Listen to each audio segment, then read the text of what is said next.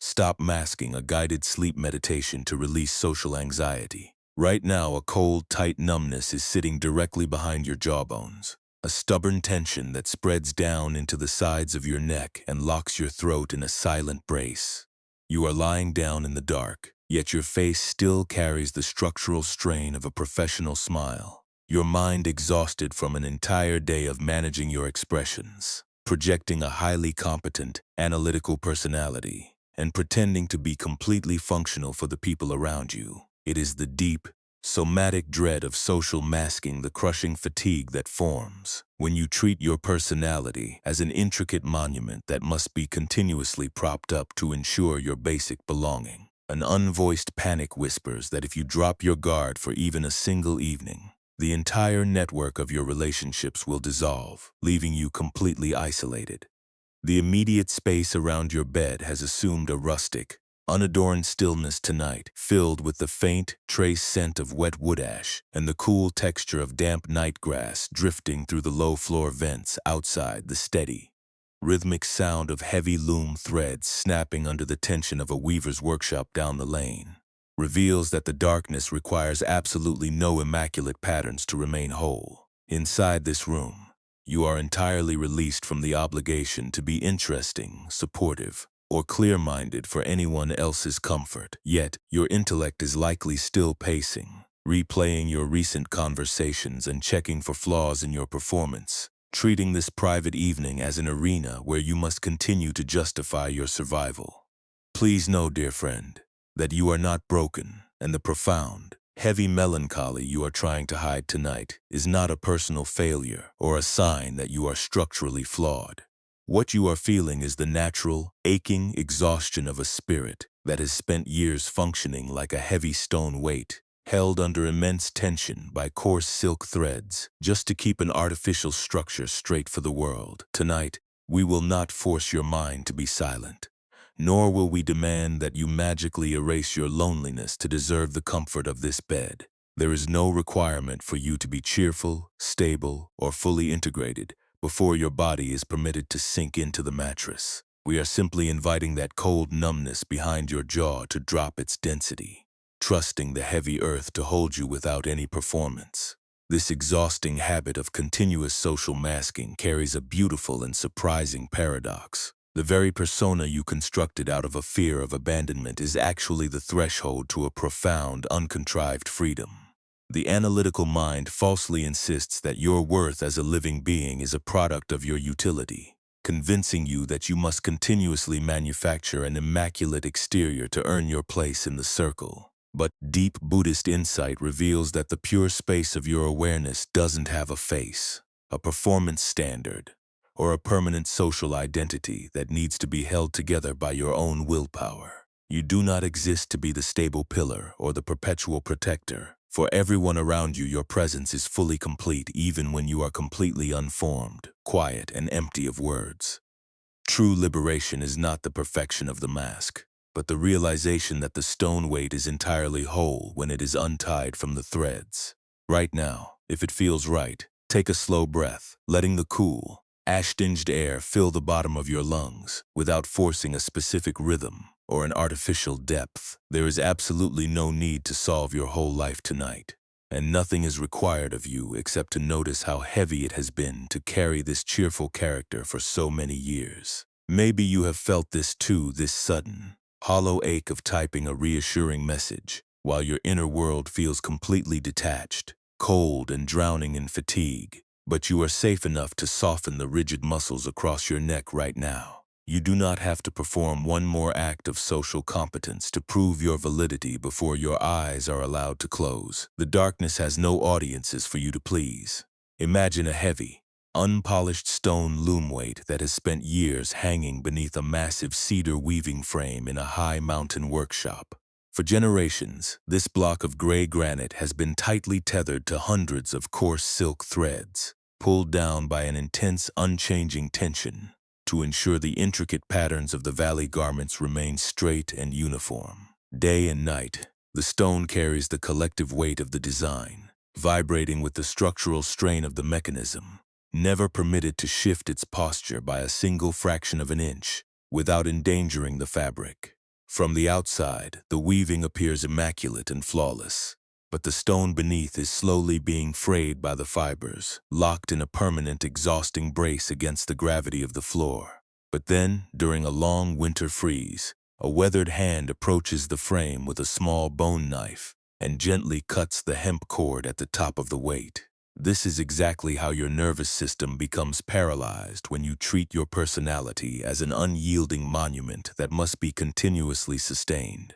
Viewing your natural sadness as a dangerous flaw that must be hidden from view. The cold numbness behind your jaw is not an indicator that your character is failing. It is merely the sign that your awareness is being called to drop beneath the tension of the strings, returning to the damp grass where the stone can rest in its own unperformed nature. Finding peace within this space requires no frantic effort to fix your mind, no forced displays of confidence, and no intellectual explanations. In a moment, we will explore this profound transition through the story of a monastery cook who worked entirely in the pre-dawn shadows, learning that a cracked bamboo water dipper does not lose its utility just because its bindings have begun to rot through. Let your body sink completely into the dark as we travel to a smoky, soot-stained temple kitchen where the wood ash rests in the quiet morning. Deep within the soot-blackened, timber-framed kitchen of an ancient mountain monastery, a young monk named Jiro spent his life in a state of unvoiced, crystalline paralysis. To the rest of the community, Jiro was a model of flawless serenity, a reliable pillar who moved through the day with an impeccable, pleasant alertness, always ready with a comforting word or an analytical solution for the younger novices who struggled with their vows. He had built a pristine, unyielding persona of total competence, a protective armor designed to hide a profound, cold landscape of inner melancholy and utter isolation that had settled behind his ribs. Jiro believed that if his face showed even a flicker of the heavy darkness he carried, he would be cast out from the circle, viewed as a broken instrument no longer fit for service. Every evening, as the main assemblies dispersed, a cold, rigid ache would solidify right behind his jawbones, leaving him trembling from the agonizing labor of holding his character together. The physical focus of Jiro's deep internal evaluation during the pre-dawn hours was an old, cracked bamboo water dipper used at the monastery's deep stone well. This primitive utensil was long-handled, its circular hollow head split completely down the side by years of drying in the mountain wind, held together only by a single, tightly bound strip of split rattan that had begun to rot through from constant moisture. Jiro hated using the object, yet he found himself continuously drawn to it, his fingers tracing the frayed, slick fibers of the decaying vine whenever he drew water for the morning rice. To his hypervigilant intellect, the dipper was a terrifying diagram of his own internal survival. He saw the cracked bamboo as his true broken interior, and the rotting rattan binding as the fragile, performative persona he had to frantically maintain to prevent his identity from splitting wide open in front of the community. Instead of experiencing the quiet kitchen work as an avenue of meditation,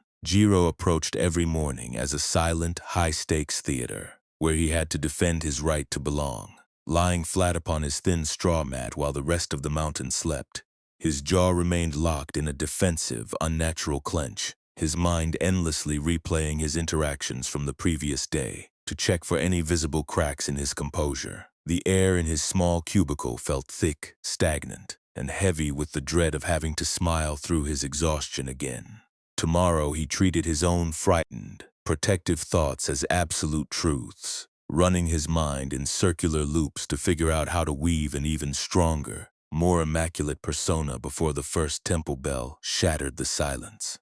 When the dark hour before dawn arrived, making the cedar roof beams groan under the weight of a heavy mountain mist, Jiro could no longer sustain the internal pressure. He left his quarters and walked across the damp courtyard, entering the smoky, cavernous monastery kitchen, where the wood ash rested in gray mounds upon the unpolished stone floor. The space smelled deeply of boiled barley, wet soot, and the sharp vinegar-like tang of fermented radish barrels stacked against the unplastered walls. In the darkest corner of this soot-stained vault sat Master Daoshan, an old, semi-retired monastery cook who had spent 40 years working entirely in the shadows, his hands permanently stained a deep, charcoal black from the low-burning pine fires.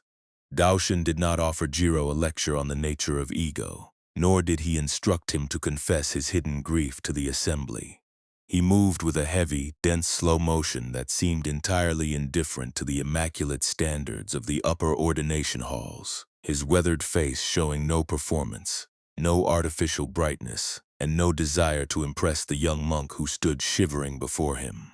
When Jiro dropped the cracked bamboo dipper onto the wooden bench with a hollow clatter, admitting his total exhaustion, the terrifying emptiness behind his chest, and the unbearable weight of having to act as the stable protector for everyone else, the old cook did not answer with words. Instead, Daoshan reached out his blackened hand, picked up the dipper, and walked over to a wide wooden tub filled to the brim with clear mountain spring water. Without speaking a single sentence of comfort, the old master did not attempt to replace the rotting rattan or bind the crack with fresh hemp. Moving his calloused thumb with absolute deliberation, he simply plunged the broken bamboo vessel deep beneath the surface of the clear water, holding it down until the liquid rushed through the split, filling the interior chamber completely, while the rotting rattan floated loosely in the current like an unknotted thread. He held the submerged dipper perfectly still in the dark tub, looked up at Jiro through the rising steam of the nearby hearth, and spoke in a low, raspy whisper that seemed to sink straight into the young monk's bones. "Why do you break your fingers trying to hold the split bamboo together from the outside, when the vessel fulfills its nature completely by simply sinking into the well, letting the water enter the wound without any binding at all?"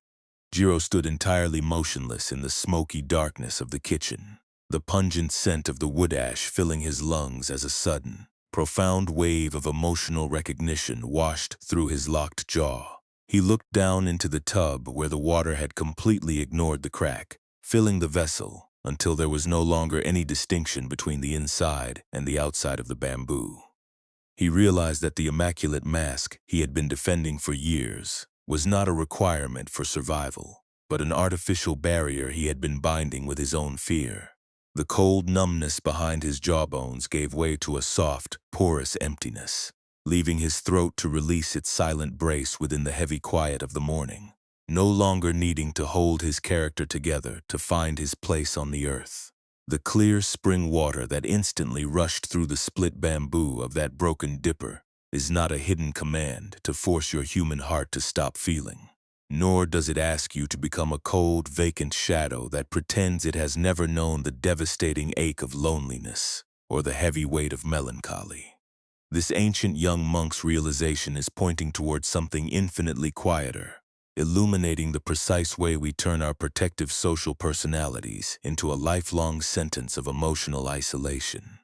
and how we can find peace when we stop trying to bind our wounds with an artificial brightness. The cold, tight numbness you feel sitting directly behind your jawbones tonight is not a proof that your character is failing, or that you are too broken to be loved by your circle. It is simply the natural emotional manifestation of holding a heavy stone weight under constant, exhausting tension, trying to force a tired spirit to maintain a pristine pattern for the world. We spend an immense amount of our nightly vitality attempting to mend the cracks in our composure, completely forgetting that some vessels are meant to find their true purpose by simply sinking into the deep, letting the water enter the wound without any resistance. True Buddhist wisdom, when translated into the immediate, unvarnished language of your private disorientation, helps us see that our deepest exhaustion does not emerge from the simple reality that we carry an underlying sadness, a temporary grief, or a deep fatigue after navigating the world. Those shifting emotional states are simply the fluid, changing weather of a living human awareness, as natural as the wet mist that gathers on the cedar beams of the kitchen house before dawn. The true suffering was not only in what happened, not only in the reality of your internal heavy weather, but in the desperate, agonizing way the mind held what happened, treating your natural vulnerability as an unpardonable flaw that had to be frantically hidden behind a manufactured smile to guarantee your social survival. You falsely believe that if you can just lock your jaw tighter and continue to project an image of absolute competence, you can somehow force the world to remain secure around you. When you spend your late night hours replaying recent encounters, checking your words for invisible errors, or feeling an acute wave of shame because you are too tired to be interesting for the people you love, you are independently adding a second wound to the first. The first wound is simply the raw, unpolished reality of your exhaustion, the natural fact that your energy has run its course, and that you do not always possess the capacity to act as the cheerful protector or the analytical anchor for everyone in your circle. The second wound is what your own intellect manufactures when it takes that natural emptiness and turns it into a terrifying proof of unworthiness, scolding your spirit for its quietness and assuming you must be fundamentally fractured because your bindings are starting to fray. You take the blunt knife of self-criticism and continuously tighten the cords around your neck, bruising your own heart to prove you can still hold the structure straight. True awareness begins the exact moment you pause that frantic, internal management and allow your life to exist without an immediate requirement to perform a personality or defend a title.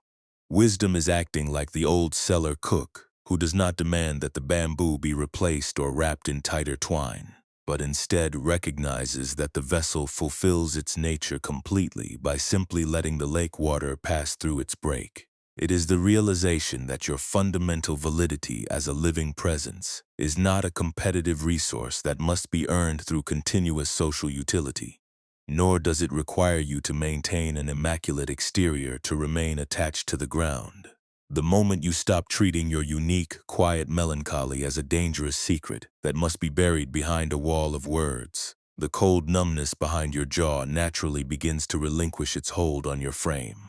This quiet shift transforms your relationship with your social circle entirely, changing an old somatic panic into a profound, self-compassionate reclamation of your original, faceless freedom. Compassion is the soft, protective understanding that allows your heart to feel the ancient ache of loneliness without assuming that you are actually secondary, broken, or defective in the wide eyes of the universe. The old kitchen master did not demand that Jiro become a more eloquent speaker or pretend his internal exhaustion had never existed. He simply showed him that the water fills the vessel from the inside out, completely ignoring the artificial boundaries we try to construct out of fear. You do not need to win the approval of the crowd or project a flawless monument of stability to be whole. Tonight you can simply allow the loose threads of your performance to float away in the dark, letting your chest expand within the deep, unperformed peace of the heavy earth.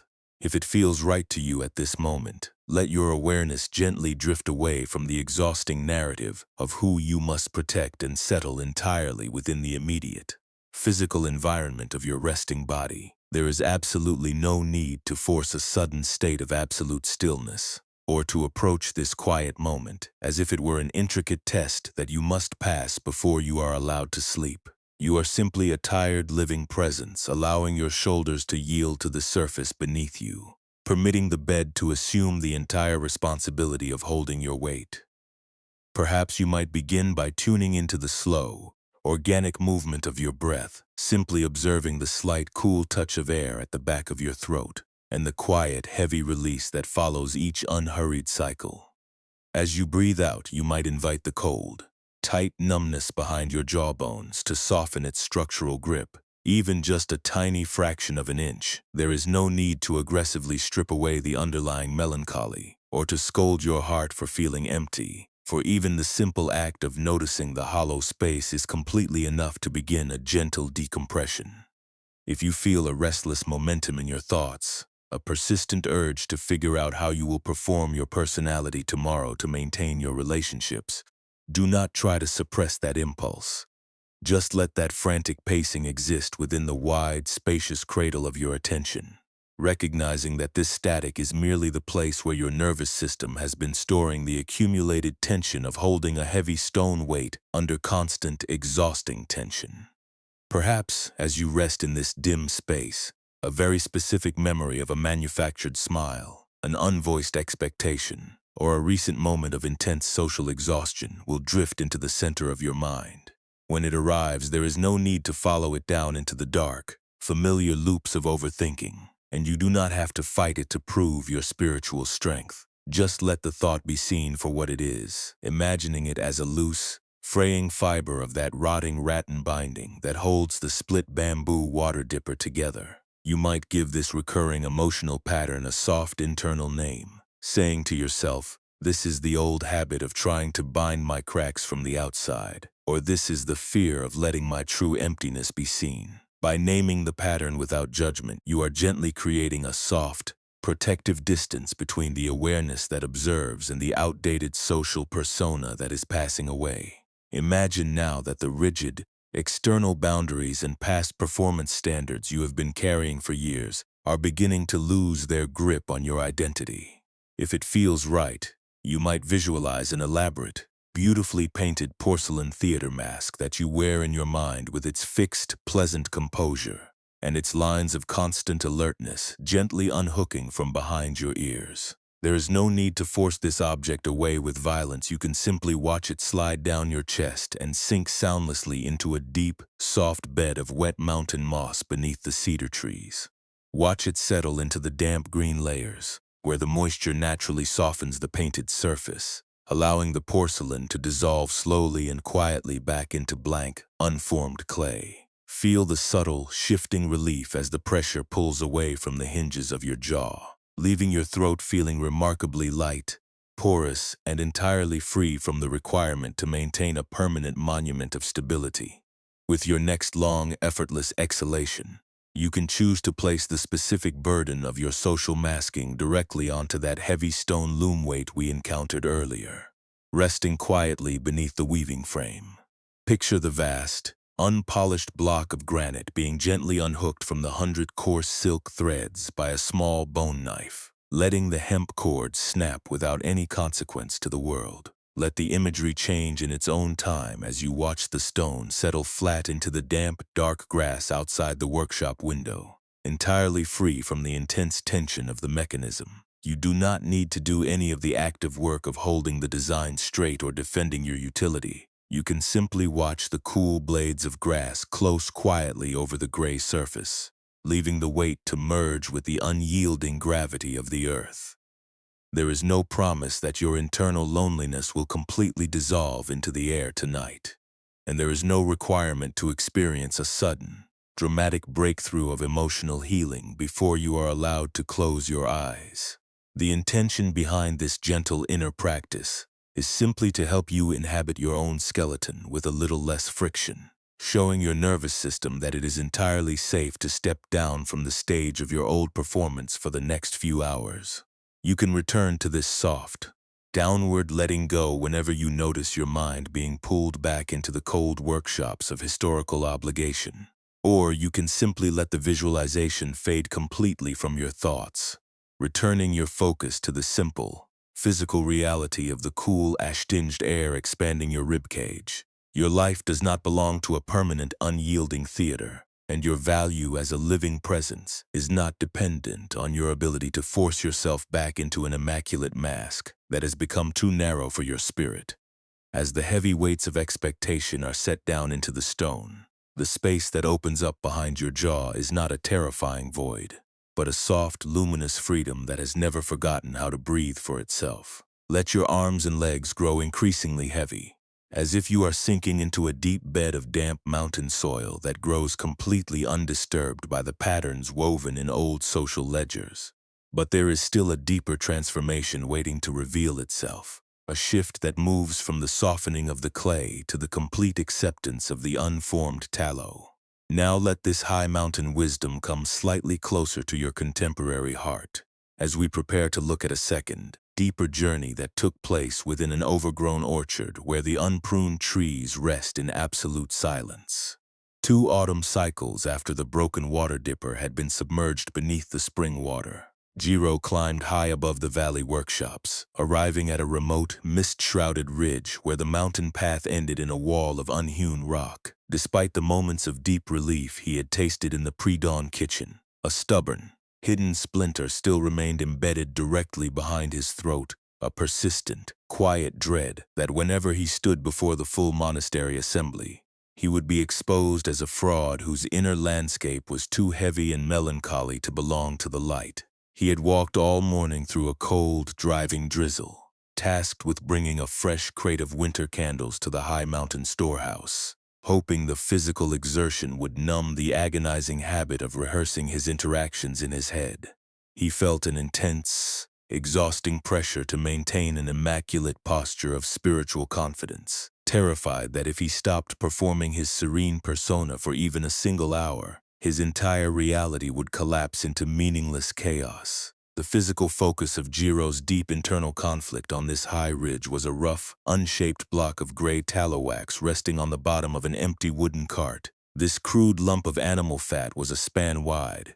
completely devoid of any artisan stamp, color, or decorative form, its surface heavily scarred by dirt and grease from the cart's iron axles. It had been left there to grease the wooden wheels, melting slightly in the midday sun, and then freezing into a lumpy, irregular mass during the mountain nights. To Jiro's hypervigilant intellect, this unpolished tallow was an offensive, terrifying diagram of his own hidden interior. He saw the formless gray mass as his true, uncultivated emotional nature, hollow, unappealing, and heavy with a primitive sadness, the exact opposite of the symmetrical, pristine character he forced himself to present to his peers. The high ridge was wrapped in a dense, shifting blanket of autumn mist that smelled intensely of wild persimmons, wet bark, and the cold, mineral dampness of unraked forest floorboards. There were no immaculate gravel paths to follow along this vertical face. The mountain orchard had been left completely wild, the overgrown branches of the persimmon trees bowing low under the weight of unpicked,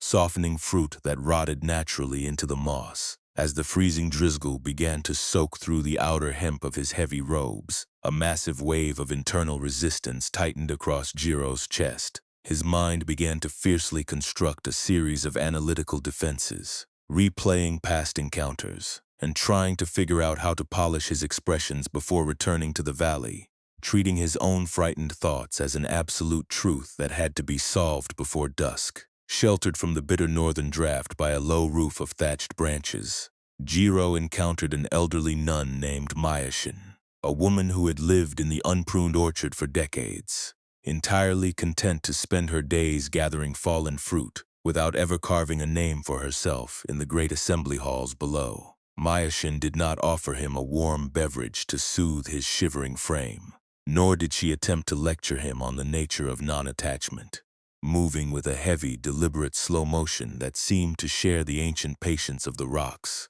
she reached down into the grease-stained bed of the cart and lifted the lumpy block of gray tallow wax, holding it directly in her bare, wrinkled palms. Without a single word of evaluation, the old nun did not try to carve the tallow into a beautiful candle or polish the dirt from its rough edges. Moving her calloused thumb across the irregular surface with absolute quiet, she simply pressed a small portion of the soft, unformed wax directly into the groaning friction point of the cart's wooden axle, letting the lumpy gray mass smear unevenly across the wood where the weight was heaviest. She looked directly into Jiro's wide, anxious eyes, her weathered face showing no performance, no artificial brightness, and no desire to impress, and simply pointed her finger toward the unpruned persimmon trees, whose branches were twisting sideways across the mist, perfectly content to grow without any symmetrical design. Jiro felt a sudden, sharp release behind his sternum, his intellect spinning with the lifelong habit of treating his unpolished melancholy as a dangerous enemy that had to be hidden behind a wall of words. But as he watched the formless tallow fulfill its purpose completely by simply remaining soft, unshaped, and willing to touch the friction of the machine, he caught his breath mid-stride. He took a long, slow, horizontal inhalation of the misty mountain air, making a conscious, deliberate choice to stop the habit of treating every anxious thought as an absolute truth, instead of trying to smooth out his character or hide his internal exhaustion from the old nun. He relaxed his shoulders, sitting down quietly in the damp grass beside the unraked orchard. He chose to simply sit with the deep, unpolished uncertainty of his own heavy heart, forgiving the lack of validation without pretending the loneliness did not exist. The transformation did not magically erase his underlying sadness, nor did it grant him a sudden, permanent state of immaculate serenity. It changed the entire way he related to the cold tightness behind his jawbones. As he sat quietly in the drizzle beside the silent cart, seeing the lumpy tallow wax dissolve into the wooden axle, he realized that he did not need to carve his life into a perfect monument. To belong to the earth, he stopped the exhausting habit of trying to hold up an immaculate persona for the world, choosing instead to let his true, unformed nature exist without any immediate requirement to be beautiful or functional. A profound wave of self-forgiveness settled into his bones, leaving him resting on the high ridge, no longer needing to perform a character to know that his presence was completely whole. This silent integration amidst the high, mist-shrouded orchard of wild persimmon trees lays bare the exact psychological grid that keeps your own thoughts spinning in a state of high nocturnal vigilance tonight. When you observe that crude, lumpy block of gray tallow wax smear unevenly across the groaning iron axle of the handcart, its surface completely indifferent to an elegant form, you are looking directly at the anatomy of your own emotional exhaustion. The great delusion of our social conditioning is the belief that to be safe, valid, and structurally stable, we must continuously force our life path to display an immaculate, highly functional exterior. We treat the natural arrival of our melancholy, the variation in our emotional energy, and the sudden weight of a long-standing loneliness not as a normal part of life's natural variance, but as a terrifying proof of personal deficiency, turning the simple reality of our fatigue into an existential crisis. The emotional engine that drives this late-night paralysis is a frantic, unconscious craving to control an inherently changing and unmeasured reality. When you lie awake in your room, your intellect spends its vital energy aggressively rehearsing future social encounters where you might look unpolished, or replaying past conversations to check for any visible cracks in your composure. You take the high standards of a manufactured competence and turn them into a tool of deep self-judgment, scolding your heart for its quietness and trying to fix your uncarved identity through a sense of structural shame. This constant effort to maintain an unyielding monument creates a profound, agonizing split in your awareness, causing you to turn the pain of being empty into a permanent personal identity, as if you are a flawed instrument left to be buried by the dark. By illuminating this mechanical process, the relationship you hold with your own internal emptiness begins to undergo a profound, comforting transformation. Buddhist wisdom cuts through all academic complexity by dividing our emotional experience into two distinct dimensions: the initial pain that life naturally brings to our doorstep, and the secondary suffering that our own mind independently adds through its fierce resistance to reality. The first pain consists of the raw, unpolished conditions of your present environment, the physical reality that human energy runs its course, the natural grief that arises when a community fails to recognize your true depth, and the quiet weight of navigating a lifelong social expectation without an immediate resolution.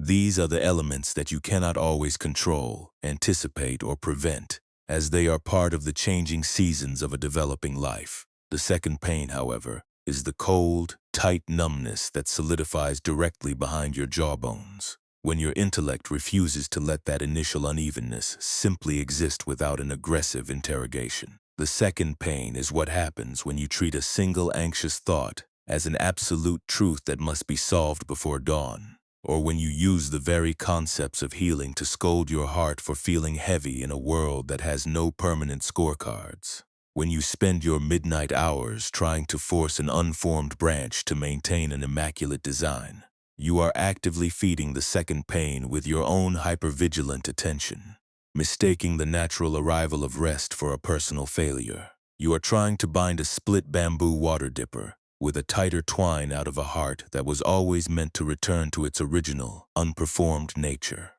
True peace, when encountered in the deep space of the late hours, is never the absolute absence of difficulty. nor is it a sterile state of existence where no heavy thoughts ever cross the threshold of your mind. Peace is found by establishing a fundamentally different relationship with that difficulty when it arrives, learning to sit comfortably within the fog of your own lineage without needing to force an immediate new victory. You do not have to force your internal noise to become perfectly silent to deserve your rest tonight, and you do not need to project a towering monument of stability before your body is permitted to settle into the dark. The moment you pause the frantic comparative effort to look entirely functional, the rigid scaffolding across your upper jaw naturally relinquishes its density, allowing your attention to pool deeply in the center of your resting frame. You discover that your true luminous presence is like that rough tallow wax, inherently whole, completely resilient, and entirely capable of touching the friction of the machine, precisely because it possesses the capacity to let the high winds pass through its structure without resistance. The deep, unlit vein of your awareness is moving safely beneath the competitive static at this very moment, completely uncompromised by the high expectations you have placed upon your chest, waiting only for you to pull your hands inside the perimeter of the raft and trust the shared root to hold you up. This high mountain wisdom, pulled from the split bamboo dipper and the unshaped block of tallow wax, is not a collection of beautiful concepts meant to be stored away in a quiet corner of your intellect, existing only while you listen to a steady voice in the darkness. It is a soft, practical cadence designed to be carried directly into the noisy, unpolished friction of your contemporary afternoon. True inner peace is never an elusive, monumental milestone that you master by permanently fixing your entire structural history. At once it is practiced and reclaimed in the smallest, most ordinary pauses of your daily survival. It is found in that brief, hidden space that opens up between an empty hour that triggers your fear of isolation and the sudden, reactive contraction that tightens directly behind your jawbones before you reach for your device to manufacture a new, pleasant message. Think of how frequently the old habit of using a forced artificial competence to hide your internal sense of emptiness returns to your side during a standard week, masquerading as the frantic urge to manage a relationship when you are feeling entirely unanchored, or the exhausting effort of smiling brightly at a meeting, while your inner landscape feels completely heavy, detached, and cold inside. You might notice this rigid armor locking into place when you are lying awake at night, waiting for a text message for reassurance or replaying a minor conversational mistake. The mind quickly treats these moments of transition as a catastrophic personal deficiency, causing you to feel profoundly behind in life, as if you are a flawed engine that has failed to maintain the collective rotation around the social circle. We live in an accelerated environment that continuously pushes us to present an unyielding, perfectly optimized exterior to the world, leaving many of us feeling deeply lonely and hidden beneath the weight of our own historical velocity. Out of a fear of uncertainty, you might try to overanalyze a changing bond or fear a future transition, using the very concepts of self-care to judge your own natural fatigue. You treat your own changing capacity as a malfunctioning vessel that must be aggressively forced back into the traditional rhythm, convincing yourself that you must earn your right to absolute rest by first achieving a spotless state of external utility that leaves no room for raw, unpolished human transitions. But Buddhist insight gently invites you to step down from the stage of your old performance tomorrow, showing you that a single breath before answering a demanding message is a profound form of living wisdom that requires no professional credentials. You do not need to reshape your entire daily routine into a permanent engine of output to be worthy of your space on this earth, and you can care deeply about the people in your life without gripping their validation so tightly that your own nervous system remains in a state of constant, defensive tension. Not every hypervigilant thought that crosses your mind deserves your absolute obedience. And not every floating feeling of uselessness is an unshakable command that must be solved before the sun breaks through the window. You can rest without earning it first, letting go of the performative need to appear functional and allowing your unhewn stone to simply touch the ground. The next time you find yourself wanting rest but feeling an acute wave of guilt for resting, Remember that the vastness of your true presence carries an innate capacity to hold both your longing for connection and your need for complete immobility together in the same wide channel, without requiring a flawless performance. This practical shift in your daily habit does not mean the complex realities of your modern schedule will suddenly lose their weight. It means you become a far more porous, resilient, and unbothered presence within your own skin, because your fundamental safety is no longer dependent on keeping your internal air vents blocked by an excess of structural panic. You are entirely permitted to let the world move on without your perfect supervision for the next few hours, letting go of the gears of your analytical thoughts and allowing your physical frame to sink into the heavy gravity of the evening. Let this realization soften the remaining scaffolding behind your jaw as the room around you grows increasingly cool, preparing your awareness to dissolve completely into the unlit source of the dark night. The faint, trace scent of wet wood ash that circulated through the room all evening has finally grown completely still, leaving the low-floor vents untouched by the slightest murmur of activity. The cold, tight numbness that was anchoring itself directly behind your jawbones has lost its last remaining density, leaving nothing but a vast, porous emptiness where the old weight of your social performance used to rest. Your body feels immensely heavy against the linen, sinking steadily into the unyielding foundation of the mattress, as if your entire skeleton is finally relinquishing its long, performative vigil against the possibility of isolation.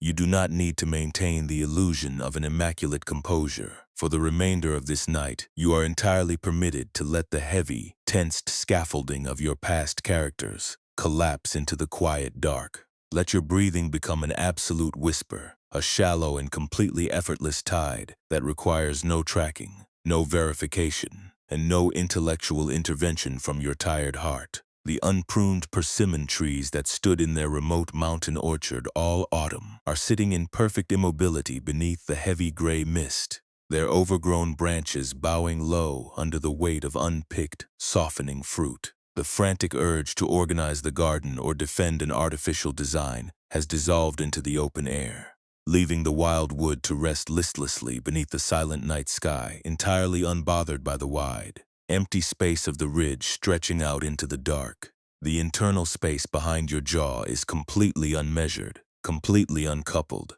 and entirely free from the requirement to hold a traditional scorecard for the circle outside. You can stop trying to force an uncarved life into a beautiful candle tonight. The rough, lumpy block of gray tallow wax has been left flat in the grease-stained bed of the handcart, and there are no cracked dippers left to bind, no traditional expectations to satisfy, and no manufactured personalities to repair with the frantic labor of your intellect. The dark layer of wet moss has settled completely over the stone windbreak, cutting off the old paths and leaving the immediate surface to rest in absolute, unresisting passivity. You do not have to bridge the gap between who you were and what you must present tomorrow before your eyes can close, because the true, luminous depth of your awareness has never once been broken by the intensity of your social survival. Sink down deeper into the stillness, letting the tiny muscles around your neck go entirely slack, letting the weight of your limbs dissolve into the mattress like unrefined gray wax softening beneath the gentle warmth of an unshielded hearth fire,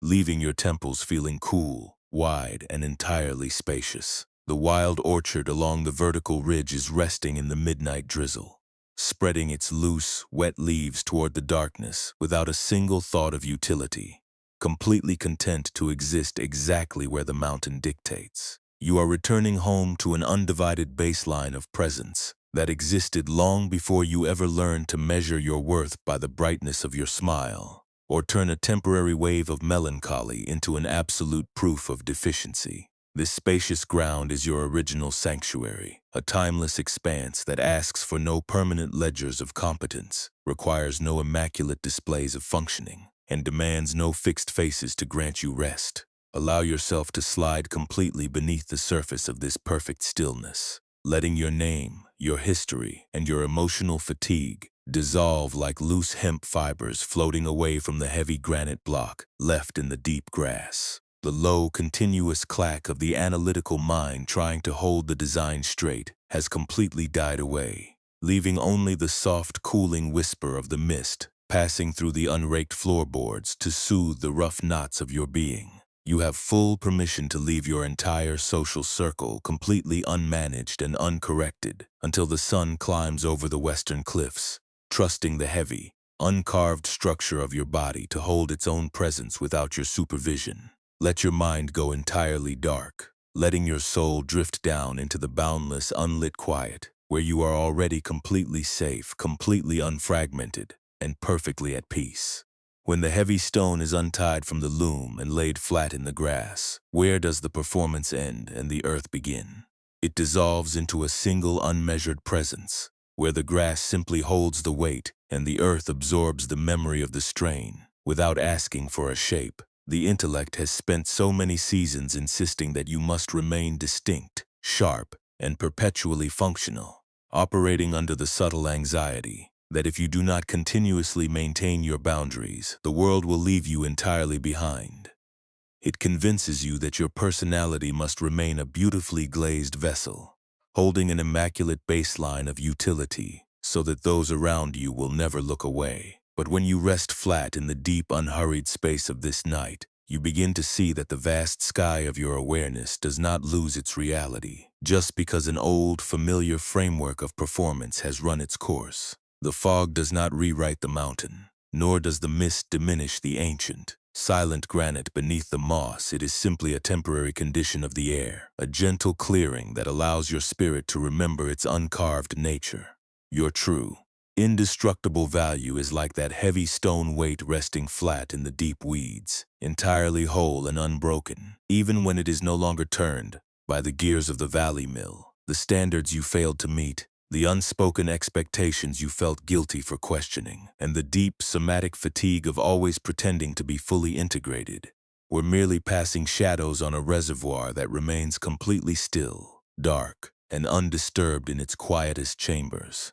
The long decades you spent trying to secure a perfect reflection inside the tarnish-streaked mirror of public utility have not diminished your inner sanctuary by a single fraction, because the open space that holds your breath has no parameters that can be frayed by history, and no boundaries that can be broken by an excess of structural pressure. When you allow the frantic necessity of continuous self-optimization to drop away into the darkness, you are not abandoning your purpose. You are finally offering your heart the only true healing it can ever receive. A mind that is locked in of high structural tension can only repeat the rigid defensive patterns of its past, using the same old weights of shame to force a vibrant living presence into an artificial mold. By choosing to step out of that hyper-vigilant loop for the remainder of this night, you are allowing the unrefined clay of your life to soak in the gentle moisture of an unconditional acceptance, letting the defensive edges of your identity soften naturally at their own organic pace. You are discovering that you do not need to compromise your relationship with the present moment to pay an ancient debt of belonging, because your fundamental value as a living presence is already completely independent of any ledger written before your birth. Let your exhalations become even longer, softer, and more thoroughly unhurried, a quiet biological tide that fills your bedding with a sense of absolute safety and unbothered comfort. The remaining gray static that was vibrating across your forehead has lost its fuel completely, drying up like a patch of wet clay under the gentle warmth of an evening fire, leaving your temples feeling cool, wide, and entirely spacious. You do not have to prove that you are an exceptionally mindful or grounded person to deserve the comfort of this stillness, and you do not need to figure out a perfect formula for your upcoming responsibilities before your brain is permitted to drop its guard. The dark night accepts you exactly as you are in this moment, unpolished, tired, and beautifully incomplete, asking for nothing but your willingness to stop the labor of management and trust the natural structure of your body to carry you down into the dark. Feel the immense, stabilizing weight that settles into your limbs as you release the very last illusion that your life is an intricate network of intellectual ledgers that must be continuously mended, propped up, or balanced to prevent a structural failure. The cool night air that circulates around your room tonight does not keep a record of your perceived inadequacies, the relationships you struggled to maintain, or the moments where you felt too heavy inside to share the collective rhythm. The darkness is an ancient, non-judgmental sanctuary that wraps its arms completely around your exhaustion, offering you a timeless shelter where your name, your history, and your cognitive fatigue can all be gently laid down like an unpolished iron vessel left on a cold stone floor. You are entirely permitted to let the world move on without your perfect supervision for the next few hours, letting go of the need to fix your mind and allowing your physical frame to merge completely with the deep, supportive ground below.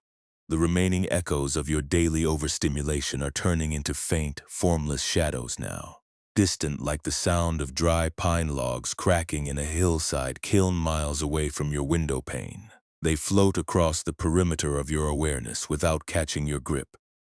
losing their sharp boundaries and dissolving back into the silent, supportive network of the evening. You are drifting deeper and deeper into the warm, boundless current of a dreamless rest, a spacious realm where every memory is softly forgotten, every heavy weight is lifted, and your spirit is finally, beautifully at home in the quiet dark. Let yourself slide completely beneath the surface of this perfect stillness, knowing that the world will continue to turn without your supervision, and that you are already completely safe, completely unfragmented, and perfectly at peace. This boundless field of presence has no edges that can be frayed by a changing world, and no walls that can be breached by the shifting opinions of those you encounter. The analytical intellect spent years operating under the heavy illusion that to remain connected to the ground, you had to act like an tireless, unyielding loom frame, keeping every thread of your relationships perfectly aligned and under an intense, unchanging tension. It taught you to fear any moment of unpolished quietness, treating the natural arrival of your exhaustion as a dangerous collapse that would cause the entire design of your life to unravel into meaninglessness. But as you sink deeper into the unforced gravity of this dark room, letting go of the entire project of self-management, you discover that the vast expanse of your awareness cannot be diminished by a season of fatigue. The wild orchard does not demand that its branches grow in symmetrical rows to be nourished by the soil. It simply allows the fruit to soften and return to the moss, resting in the absolute, unquestioned validity of its own uncarved nature. Your fundamental reality is like that cool, deep spring water moving silently beneath the soot-blackened stones of the kitchen house, an unperformed, clean current that flows effortlessly without ever needing to prove its depth to the world outside. The ancient, heavy burdens of trying to maintain an immaculate persona, the agonizing midnight habit of checking your words for invisible errors, and the deep somatic anxiety of feeling inherently deficient are merely temporary ripples on a reservoir that remains completely solid, dark, and undisturbed in its quietest chambers. The long winters you spent trying to secure a flawless reflection inside the tarnish-streaked mirror of public utility have not depleted your inner sanctuary by a single drop, because the pure presence that holds your chest has no competitive scale to maintain, and no deadlines that can be broken by the simple arrival of your fatigue. When you allow the frantic necessity of constant comparison to fade into the dim light of the room,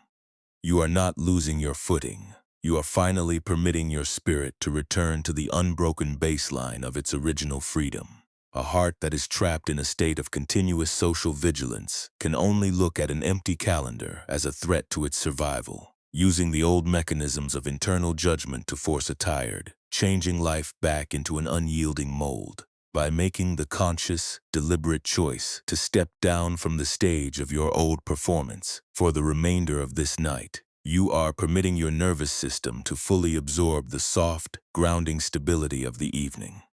letting the defensive scaffolding between your shoulder blades dissolve naturally at its own organic pace. You do not need to win the approval of the crowd or project a towering monument of stability before your body is permitted to settle into the dark, because your value as a living presence was already fully complete long before you ever learned to score your achievements against another's light. Let your breath become an even slower, more effortless whisper, a quiet, rhythmic tide that requires no intervention from your intellect, simply expanding and releasing within the wide, spacious cradle of your attention. The remaining tightness that was clamping down at the base of your neck has completely lost its density, melting away like a handful of dry garden soil, softening beneath the midnight moisture, leaving your upper body feeling remarkably empty, porous, and free. You do not have to figure out a grand design for your future encounters before your eyes are allowed to close, and you do not need to mend every piece of your childhood history before your frame is permitted to sink into the heavy gravity of the bed. The dark night accepts your uncarved-door journey exactly as it is right now, quiet, unmeasured, and beautifully unencored, asking for nothing but your willingness to set down the heavy iron tools of your analytical thoughts and trust the supportive ground to carry you down into the deep.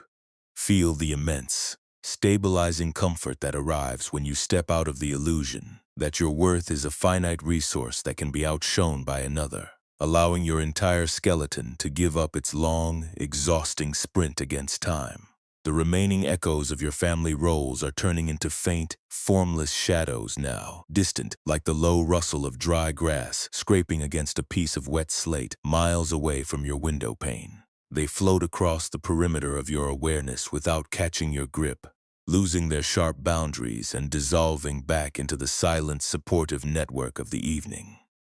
You are drifting deeper and deeper into the warm, boundless current of a dreamless rest, a spacious realm where every scorecard is softly forgotten, every heavy weight is lifted, and your spirit is finally, beautifully at home in the quiet dark. Let yourself slide completely beneath the surface of this perfect stillness, knowing that the world will continue to turn without your supervision, and that you are already completely safe, completely unfragmented, and perfectly at peace. In this stillness that knows no boundary, the very illusion of a personal fortress that must be guarded from the judgment of the valley simply falls away, revealing a spaciousness that cannot be threatened by any human gaze. The analytical mind has spent years operating under the heavy conviction that your presence is a fragile, decorative structure, a delicate design that would instantly shatter if left exposed to the unpolished conditions of an unpredictable world. It taught your nervous system to stay endlessly coiled, tightening your chest and bracing your throat to ensure that no one would ever witness the uncarved, empty spaces behind your eyes. But as you sink further into the soft gravity of these late hours, completely giving up the labor of management, you discover that the vast field of your awareness has never been small. The wild persimmon trees do not look for an external mirror to confirm the validity of their growth. They simply drop their fruit into the moss, resting in the absolute, self-sustained integrity of a presence that requires no validation to belong to the earth. Your true unyielding nature is like that deep, dark iron vein running straight through the center of the frost-cleaved slate, perfectly solid, completely silent, and entirely uncompromised regardless of how many fragments the surface has been split into by the passing winters. The old social masks you struggled to maintain, the deep somatic memory of feeling secondary or unseen, and the persistent midnight habit of replaying your perceived mistakes are merely temporary clouds passing over a bedrock that remains completely whole, cool, and undisturbed in its most sacred core. The long seasons you spent trying to secure a pristine, flawless exterior have not depleted your inner sanctuary by a single drop, because the pure awareness that holds your heart has no quota that must be satisfied, and no titles that must be defended to justify its place in the dark. When you allow the frantic necessity of constant self-interrogation to fade into the quiet background of the room, you are not losing your orientation. You are finally permitting your spirit to return to the unbroken baseline of its original freedom. A heart that is trapped in a state of continuous social vigilance can only look at an empty hour as a threat to its survival, using the old mechanisms of internal judgment to force a tired, changing life back into an unyielding definition. By choosing to step down from the stage of your old performance for the remainder of this night, you are permitting your nervous system to fully absorb the soft, grounding stability of the evening, letting the defensive scaffolding between your shoulder blades dissolve naturally at its own organic pace. You do not need to win the approval of the crowd or project a towering monument of stability before your body is permitted to settle into the dark, because your value as a living being was already fully complete, long before you ever learned to score your achievements against another's light. Let your breath become an even slower, more effortless whisper, a quiet, rhythmic tide that requires no intervention from your intellect, simply expanding and releasing within the wide, spacious cradle of your attention. The remaining tightness that was clamping down at the base of your neck has completely lost its density, melting away like a handful of dry garden soil softening beneath the midnight moisture, leaving your upper body feeling remarkably empty, porous, and free. You do not have to figure out a grand design for your future encounters before your eyes are allowed to close, and you do not need to mend every piece of your childhood history before your frame is permitted to sink into the heavy gravity of the bed. The dark night accepts your uncarved journey exactly as it is right now, quiet, unmeasured, and beautifully unencored, asking for nothing but your willingness to set down the heavy iron tools of your analytical thoughts and trust the supportive ground to carry you down into the deep. Feel the immense, stabilizing comfort that arrives when you step out of the illusion that your worth is a finite resource that can be outshone by another, allowing your entire skeleton to give up its long, exhausting sprint against time. The remaining echoes of your family roles are turning into faint, formless shadows now, distant like the low rustle of dry grass scraping against a piece of wet slate miles away from your window pane. They float across the perimeter of your awareness without catching your grip, losing their sharp boundaries, and dissolving back into the silent, supportive network of the evening. You are drifting deeper and deeper into the warm, boundless current of a dreamless rest, a spacious realm where every scorecard is softly forgotten, every heavy weight is lifted, and your spirit is finally beautifully at home in the quiet dark. Let yourself slide completely beneath the surface of this perfect stilling, knowing that the world will continue to turn without your supervision, and that you are already completely safe, completely unfragmented, and perfectly at peace.